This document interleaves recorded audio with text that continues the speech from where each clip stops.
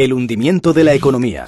¿La economía catalana ha caído por culpa del procés? Han alertado de que la inestabilidad política y económica puede perjudicar la economía catalana y que de continuar con la salida de empresas eso podría terminar provocando una recesión en Cataluña. Durante los últimos meses se ha hablado y publicado mucho sobre una supuesta caída de la economía catalana por culpa del procés soberanista. Pero si analizamos los datos de la Autoridad Independiente de Responsabilidad Fiscal, órgano creado por el gobierno español, vemos que Cataluña creció casi un 1% durante el cuarto trimestre de 2017.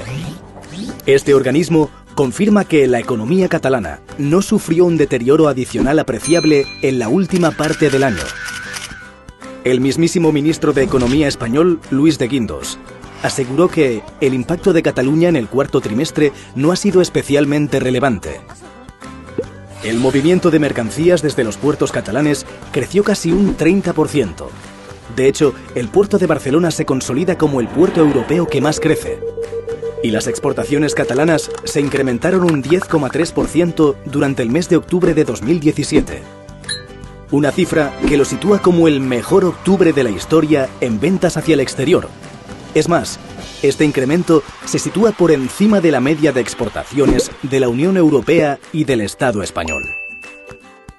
Son datos tan evidentes que finalmente todos los actores económicos han acabado reconociendo que la economía catalana sigue creciendo, sin verse afectada por el procés. ¿Y qué pasa con el turismo? ¿Ya no vienen turistas a Cataluña? Pues, según el Instituto Nacional de Estadística, un organismo también oficial del Estado, Cataluña sigue siendo un destino turístico de primera.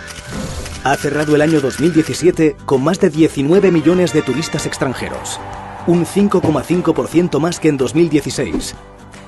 Y durante todo el 2017 se han registrado récords históricos.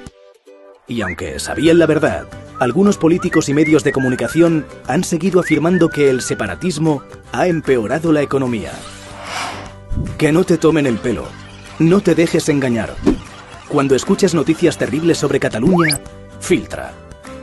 Infórmate a través de medios plurales, contrasta más visiones y consulta la opinión de expertos. Estar bien informados nos hace más libres. Pásalo.